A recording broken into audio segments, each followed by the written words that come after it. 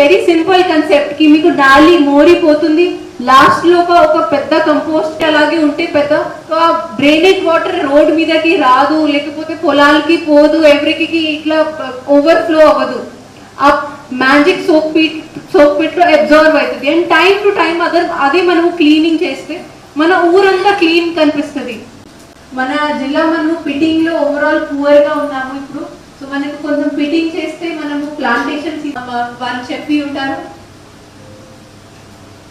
EGS లో కూడా material component కింద చాలా వరకు వర్క్ శాంక్షన్ చేయడం జరిగింది.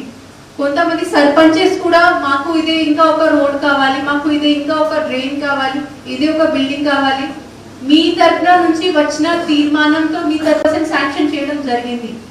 సో మీ అందరితో రిక్వెస్ట్ కి శాంక్షన్ అయిన వర్క్స్ అది రిక్వెస్ట్ కూడా మీ తరఫున నుంచి వచ్చింది.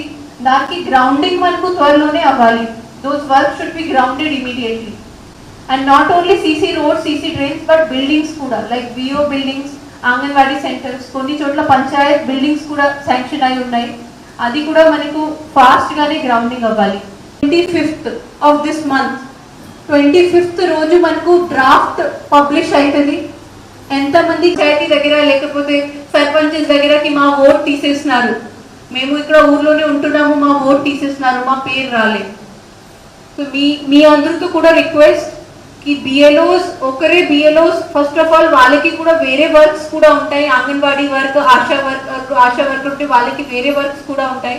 అండ్ మన దగ్గర టైం చాలా తక్కువ ఉంది. We have another only 15 days time. మనము వాళ్ళకి సపోర్ట్ చేయకపోతే మనకు దీంట్లో ప్రోగ్రెస్ ఉండదు.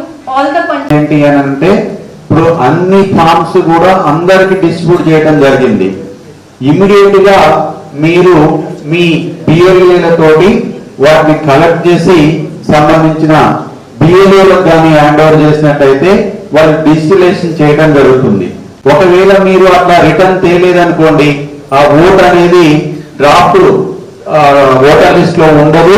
సో వాళ్ళు తొలగించే అవకాశం ఉంటుంది. మా విలేజ్ లో ఏం జరుగుతుందంటే ఉదాహరణ నేనే సర్పంచ్, ఇప్పుడు ఆ ప్రీ మ్యాపింగ్ ఇంతకు ముందు ఎవరితో మ్యాపింగ్ చేయడం జరిగింది, అంత దాంతో ఏం సంబంధం లేదు.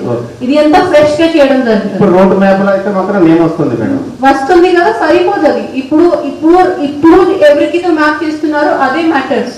దీని ముందు ఏం చేయడం జరిగింది that does not matter. And మీ దగ్గర పాత ఓటర్ ఐడి ఉంది, దట్ అంతే సరిపోతుంది. మీరు ఆ నంబర్ ఇస్తే దాని వల్ల బిఎల్ఓ మొత్తం సెర్చ్ చేసుకోవాలి. మరి బిఎల్ఓ పాత నంబరే ఎంటర్ చేయాలని చెప్పి అంటున్నారు కదా.